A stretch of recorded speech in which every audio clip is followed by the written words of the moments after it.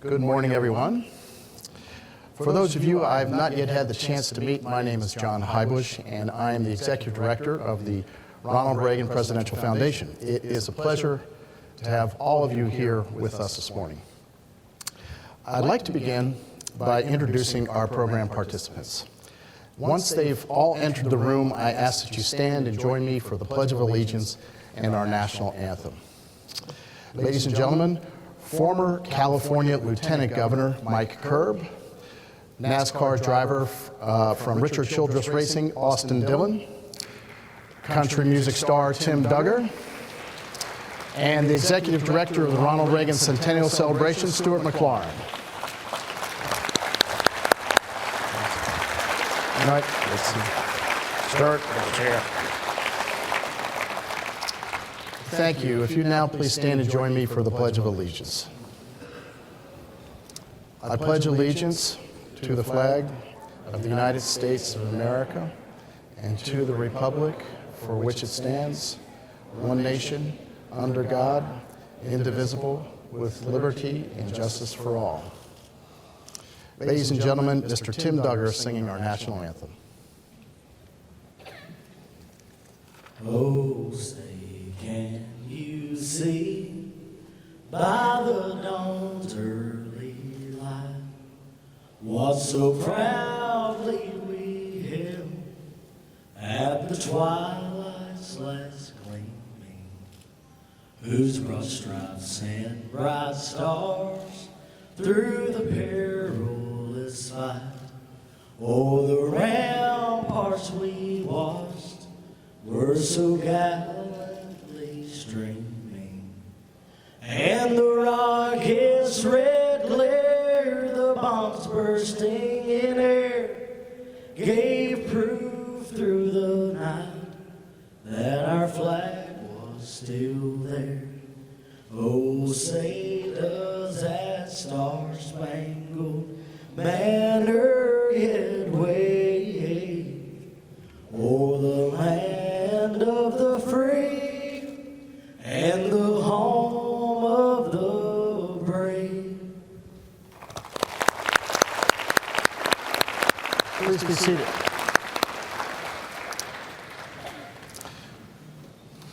Before we continue, there are several special people with us here today that I'd like to recognize. And I'll start with, from the Auto Club of Southern California, Ray Knapp. Ray, thank you. From Full Circle Sports Ventures, Chris Bybee. From RC Racing, Dave Hart. Austin Dillon's crew chief, Danny Stockman. And the lovely wife of Mike Curb, Miss Linda Curb. And Mike's mom, who I see here this morning. Great to see you here.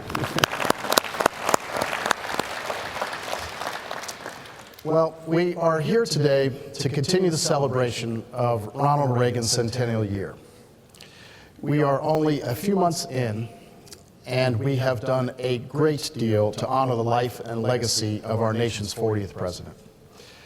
From a float in the Rose Parade, to a centennial concert under the wings of Air Force One, to launching a national college scholarship program, to completely renovating the Reagan Museum, it has been a busy year for sure. But we have only just begun. Academic conferences continue throughout the year, focusing on key aspects of the Reagan presidency. The Reagan Centennial GOP presidential primary debate will be held right here on this floor later this year. A coin with President Reagan's image will be sent to all 14,000 high schools in the nation, 300 Division I NCAA schools, and every NFL team, to be tossed at the opening of their football games this September in commemoration of the president. Statue unveilings and celebrations in his honor will occur around the world this summer, from Washington, D.C. to Grosvenor Square in London, to Budapest and Prague, where President Reagan's vision of freedom left an indelible mark on the world. And the NASCAR partnership, you will hear more about this morning, just kicked off this past weekend. Speaking of this partnership, I'd like to introduce our first speaker. When we talk about President Reagan, we often discuss his storied career. From lifeguard to radio host to actor to governor to president and everything in between, Ronald Reagan personified the American dream by accomplishing everything he set out to do. Our next speaker has lived a similar life. No, he was not a lifeguard, at least I don't think that he was, or the President of the United States, but there is very little that Mike Curb has not accomplished. As a public servant, Mike's record speaks for itself. In 1978, he was California's lieutenant governor for California's current governor, Jerry Brown. And for almost a year, he was acting governor of the state of California. In 1980, he served as the national co-chairman of President Reagan's successful presidential campaign. Then, from 1983 to 1984, at President Reagan's request, Mike served as chairman of the National Finance Committee during the president's re-election campaign, responsible for raising $100 million for the campaign. Now, as a private citizen, Mike is just as successful. He is one of the most prominent figures in the entertainment world and presides over his own independent record label, Curb Records, one of the largest in the nation. He has earned multifaceted success as a songwriter, producer, and record company owner. As an individual, he has written more than 400 songs and received countless music industry awards. And although his star continues to rise, it can also be seen down low, where his actual star can be found on the Hollywood Walk of Fame. Now, through the years, Mike's support of Ronald Reagan has never waned. It is through his continuous efforts we are holding today's events. We cannot possibly begin to thank he and his wife, Linda, for all that they do for us and for the President's legacy. It is an honor to call both of them friends. Ladies and gentlemen, please join me in welcoming Mr. Mike Curb.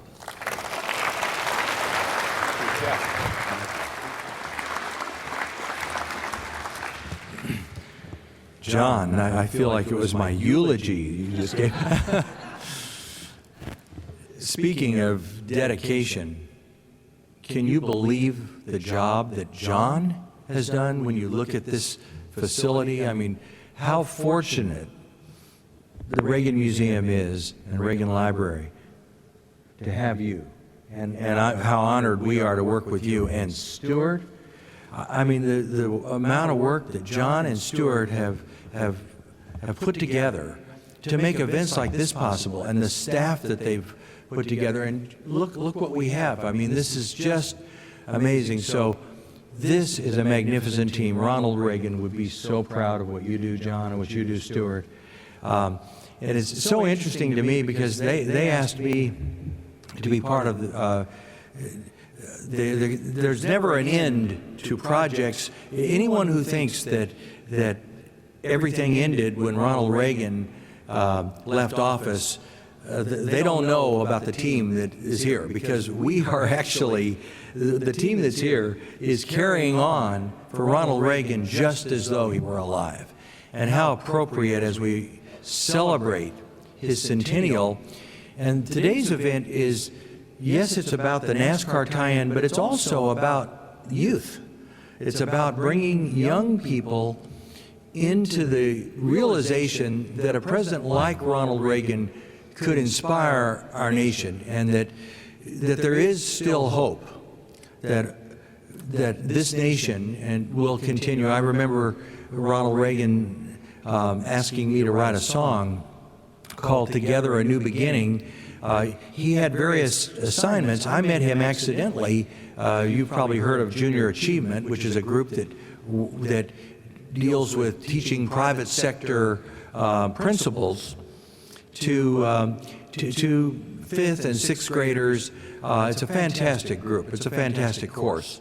And I met Ronald Reagan there in right toward the end of his governorship, and he had seen the 1972 convention where my group, the Mike Herb congregation, had performed with Sammy Davis Jr., and we had performed The Candyman and one other song, a couple other songs that he liked from a Clint Eastwood movie. And we were sitting at this table together after both Ronald Reagan and I spoke at a junior achievement event. And I had introduced him, and he told me then about the possibility that he would run for the presidency in 1976. And there were a lot of bumps along the road because, as you know, the President Nixon resigned and President Ford became president, and it became a very hotly contested primary between President Ford and Ronald Reagan, and there were a lot of interesting times. And through the process of elimination, I ended up becoming chairman of the state campaign, and it turned out to be one of the greatest experiences of my life. Ronald Reagan then was recommended that I be the national committeeman and serve on the executive committee of the national committee, and later lieutenant governor and then acting governor. And you can be sure that I mean, with Ronald Reagan doing your TV commercials, I don't really think they even knew that they elected me. But all I can tell you is, and then serving him in Washington, D.C. as chairman of the National Finance Committee and being the program chairman for the convention in 1980, I had the most incredible experience. And it all started, and I want to say this to all the young people who are here, if John or Stuart or any of the staff ask you to get involved in the Youth for Reagan movement, do it, because the experience, I thought being in the private sector and being in the record business that I was having every experience I could possibly have, but there's nothing like serving your country. I mean, obviously the military is the most important, but next to that, the Peace Corps or serving as part of the youth group for the Reagan Library and Museum, it does not get better than that.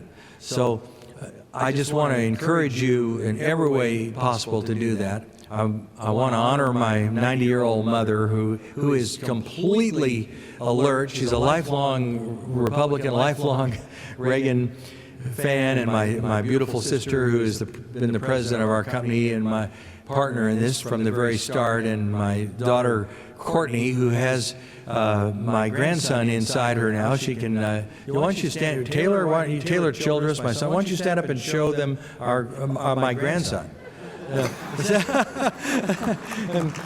and Taylor Childress and my wife Linda, who you met, and I want to certainly thank the members of the California Speedway and Auto Club Speedway, and thank Full Circle and Chris Bybee and all the members of the RCR team. And I want to also mention that in this, I will be bringing up, am I going to bring up Austin now? Is that, so should I just stop? Okay, all right. I'll just say before, just in closing, that the young man that we're about to bring up personifies everything that NASCAR, and of course we all know what NASCAR is. NASCAR is America's sport, and we're so proud. My company, I have to just close by telling you that probably the greatest experience I ever had with Ronald Reagan was we were sitting in his office back when I was chairman of the National Finance Committee, just trying to figure out what he should do on the 4th of July in 1984 when he was running for re-election, and he didn't feel it was appropriate to campaign on the 4th of July.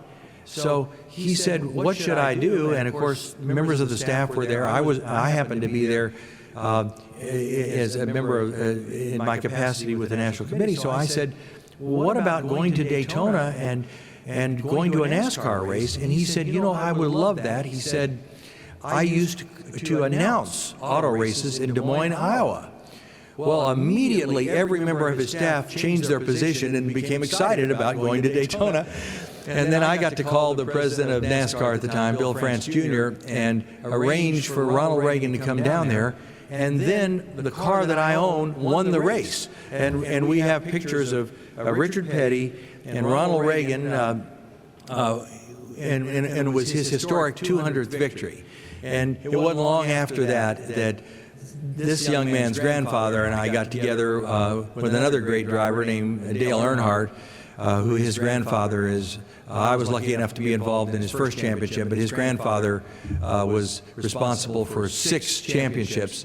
And to see this young man, I won't mention his name because I'm not the one introducing him, but this young man is the future of NASCAR, and he represents everything good about America, and his family, his father and his grandfather and his mother represent the same. So I'm really proud to be part of this entire NASCAR celebration. Thank you very much.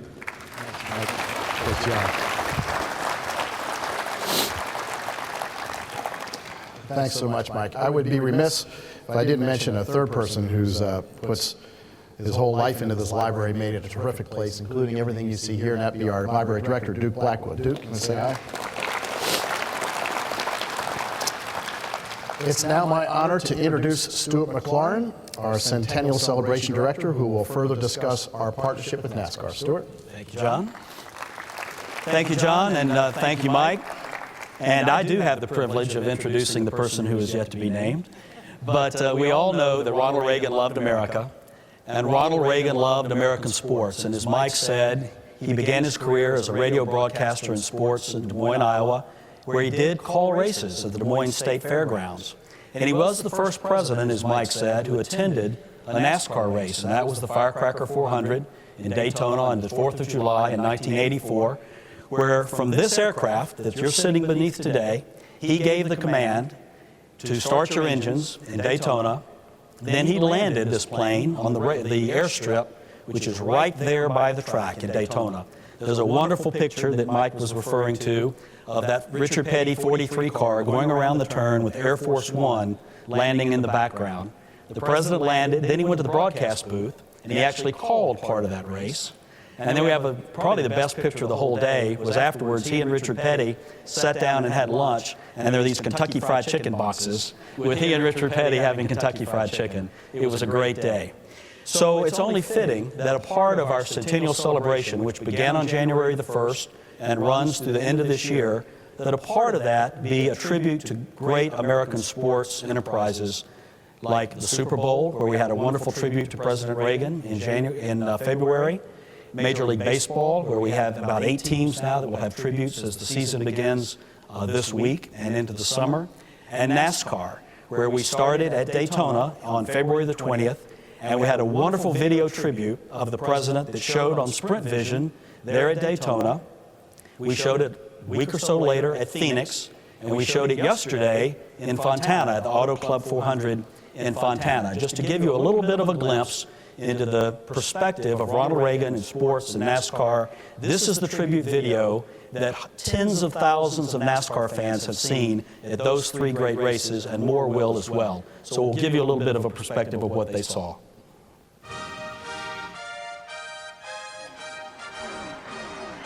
On behalf of the people on Motor Racing Network, the Daytona International Speedway, President Reagan, we welcome you. Well, Ned, I'm pleased to be here. He was the first sitting U.S. president to ever give the command, "Start your engines," and to attend a NASCAR race. This year, we celebrate the 100th birthday of one of NASCAR's legendary fans, Ronald Reagan. Sport was a big part of Dutch Reagan's life, and even though he grew up during the Great Depression and had to wash dishes to pay his way through college, he lettered in football and was captain of the swim team. Reagan eventually left the Midwest for Hollywood, and in his pursuit of the American dream became a film and TV star, a spokesperson, and speechmaker. You and I have a rendezvous with destiny. President Reagan was called the Great Communicator. He believed in the promise and purpose of America, and he made the nation believe. The future doesn't belong to the faint-hearted. It belongs to the brave. Mr. Gorbachev, tear down this wall. NASCAR salutes this great American who drove the race with honor and courage and drove to win, not just for America, but for free people everywhere. Happy birthday, Mr. President.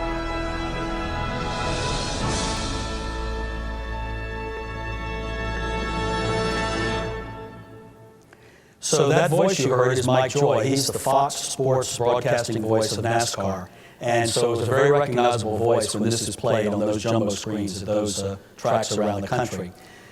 Partnerships are what we are, a part of the Centennial is about, and we're reaching out to build bridges with great Americans and companies and institutions and organizations and people like Richard Childress and Richard Childress Racing and the Richard Childress Institute at Wake Forest, which Austin may speak a little bit about today. But a very important part of what we're doing that Mike alluded to is connecting with the next generation of young Americans, young people like are with us today, people who did not know Ronald Reagan as a living president, as some of us did in this room. And so we're passing the torch a little bit through the opportunity and experience of the Centennial and the initiatives and the educational programs that were taking place. And a very important part of that is a National Youth Leadership Committee, which is comprised of young people ages 18 to 25, entertainers, athletes, 12 Olympic athletes. We have Miss USA, Miss California. We have students from universities across the country, college athletes, and we have 4 current co-chairs nationally of this group. 2 of those are Nick Jonas and Jordan Sparks. And today, we're going to induct and announce a 5th national co-chair of our National Youth Leadership Committee, and that is Austin Dillon. Austin, as you probably know, is one of America's top young NASCAR drivers. He's actively driven in the Nationwide Series and in the Camping World Truck Series. In fact, he was the 2010 Rookie of the Year in the Camping World Truck Series with wins at Iowa Speedway and Las Vegas, and he's also the record holder as a rookie for the number of pole-sitting positions, I understand. And that's a great honor and a great tribute to him in his driving and to his future. So you're going to hear a little bit about his future in the Sprint Cup Series, but today we are honored, excited to welcome and announce that Austin Dillon will be joining the Reagan Centennial National Youth Leadership Committee as our co-chair. And Austin, I have a little something here for you. We have a Centennial jacket for you here with a Centennial seal and the American flag. Just what you always wanted. There you go. Great. Congratulations. Welcome. Thank you. Please. My favorite movie is Top Gun, so I like leather jackets. This is nice. Very honored to be here today at the Reagan Library, and this is a beautiful gala. And I just want to say thank you to let me represent the Ronald Reagan Centennial Celebration and being a co-chairman for the National Youth Leadership Committee. I really want to say thanks to Mike Herb and his family. Growing up in a tight-knit family who's in racing, you really stick close to your family, and that's something I've learned over the last couple of days of how close Mr. Herb is with his family. And just honored to be here representing these great people, and also the Children's Institute for Pediatric Trauma. It's a great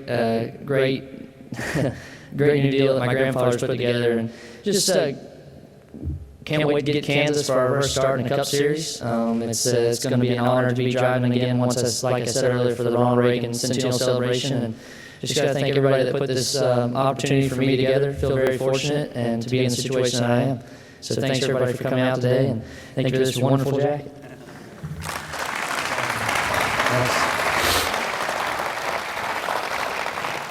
Okay, Austin, your work is not done, and neither is the work for the rest of you on the stage here. Now will be the time where we're going to unveil this really good-looking car. Come, please join me.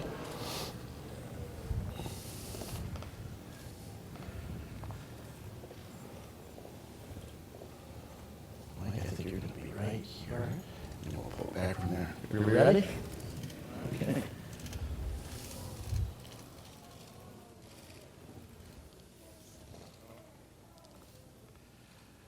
For those of you who are not real close, it's this absolutely beautiful seal of the Centennial on the front of this car. Yep.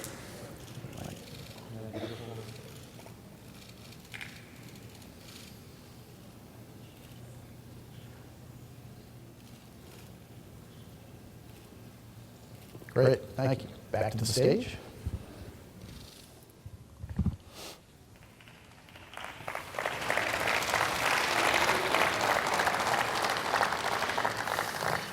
Now, I am positive that President Reagan would have really enjoyed seeing his name on this race car.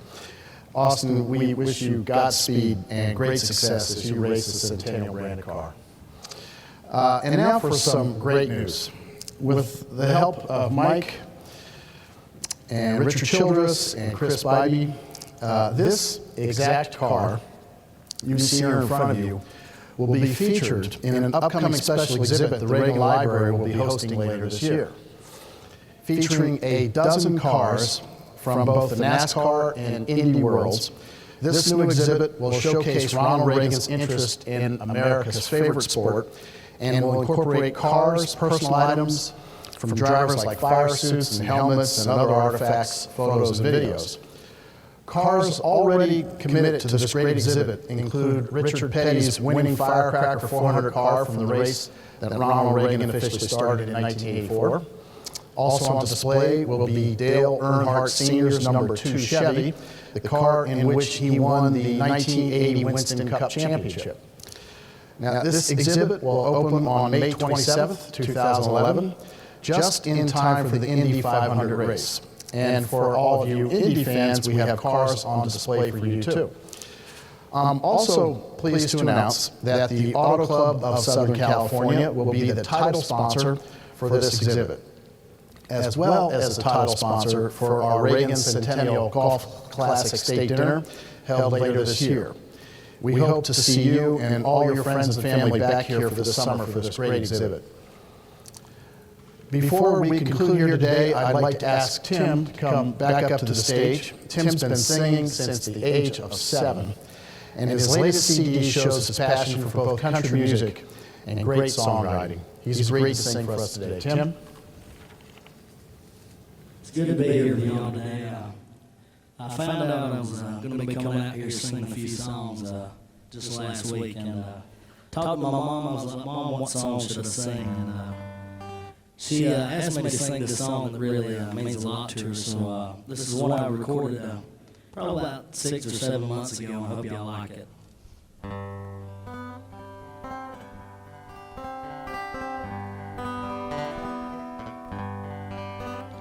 It's the first year she didn't plant a garden. The boy next door cuts the yard. And I've never seen her house so dusty. She doesn't drive much after dark. She's used to doing for herself and for everybody else. Now the rock that I lean on needs my help. If I could be God for a day, she'd stand up tall and straight without the help of a walker or cane. And she'd be 17 again, running around with all her friends, and not feeling no pain. If I could be God for a day.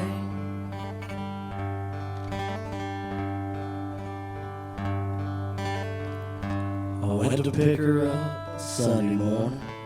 Well, she fussed at me for being late, and I'd walk to the spot on the third pew. Takes a little longer these days,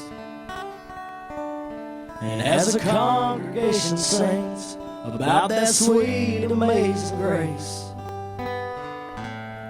I close my eyes and pray. If I could be God for a day, she'd stand up tall and straight without the help of a walker or cane. And she'd be 17 again, running around with all her friends, and not feeling no pain. If I could be God for a day. Yeah, I know it won't be long, but what I wouldn't give to be there when she gets home. If I could be God for a day, when she stands up tall and straight, without the help of a walker or cane, and she'll be 17 again, up there with all her friends, and not feeling no pain. If I could be God for a day, if I could be God for a day.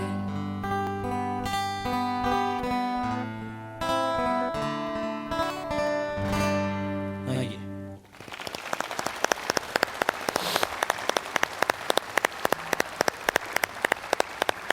You know, I'm from a little town in Alabama, and I live right on the Alabama-Georgia line. And here's a song that I decided to sing just because I wanted to let everybody know a little bit about me. And this song kind of tells about my short-lived love life I've had a few times. So, a song called Georgia Girl, Bama Boy, all right?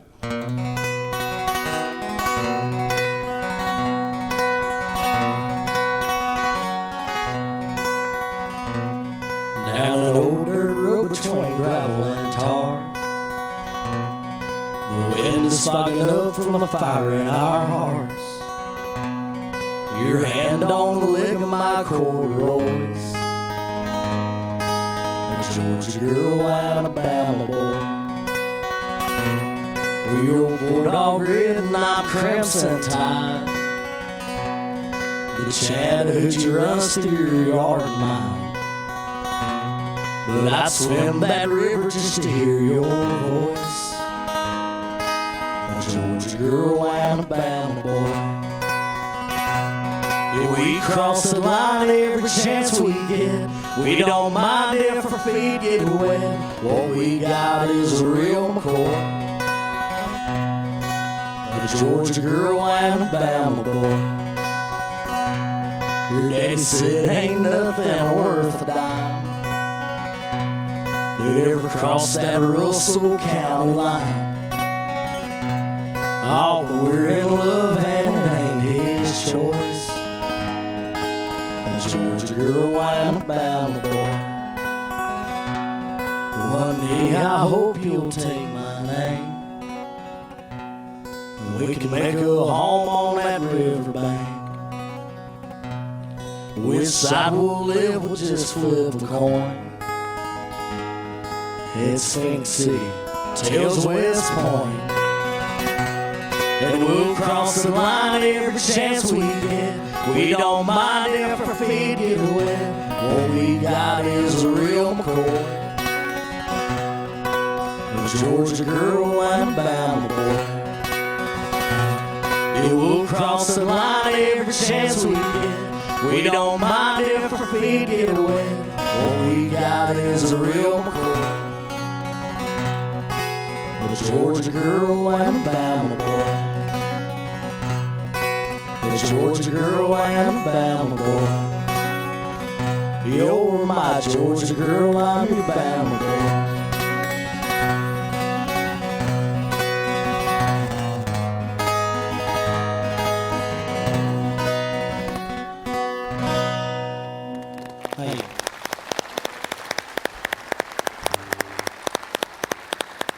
Last song I'm going to play, I want y'all to sing along with me and help me out on it if you don't mind.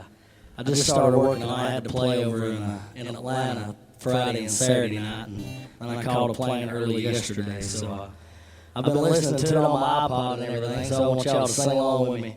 One of my favorite songs for sure.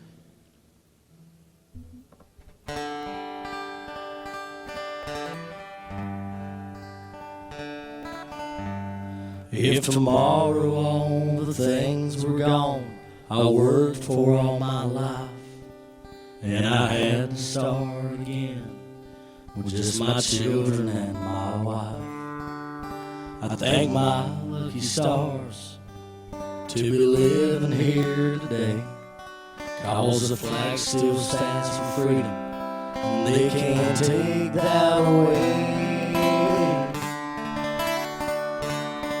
And I'm proud to be an American, where at least I know I'm free. And I won't forget the men who died and gave that right to me. And I'll gladly stand up next to you and defend her still today.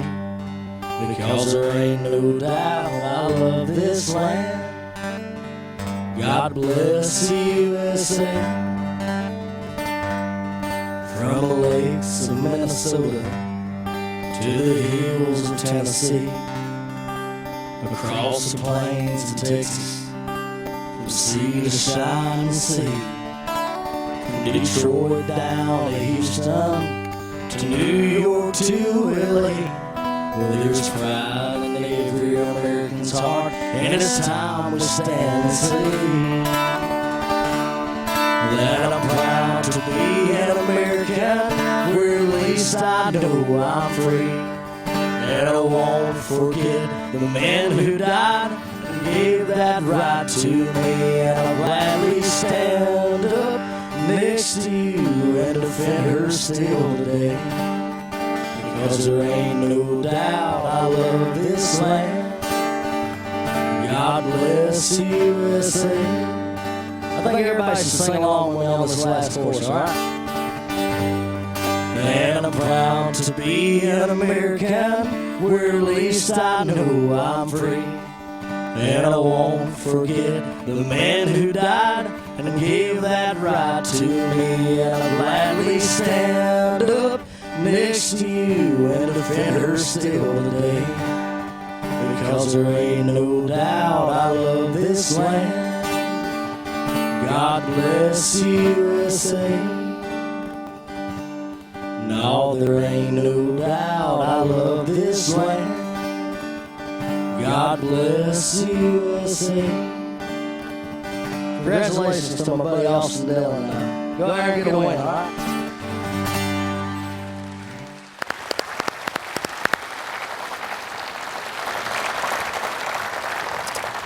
Well, thank you all for joining us today. The newly renovated museum galleries and the Air Force One Pavilion are open for you to tour and enjoy. So please have a wonderful day. Thank you.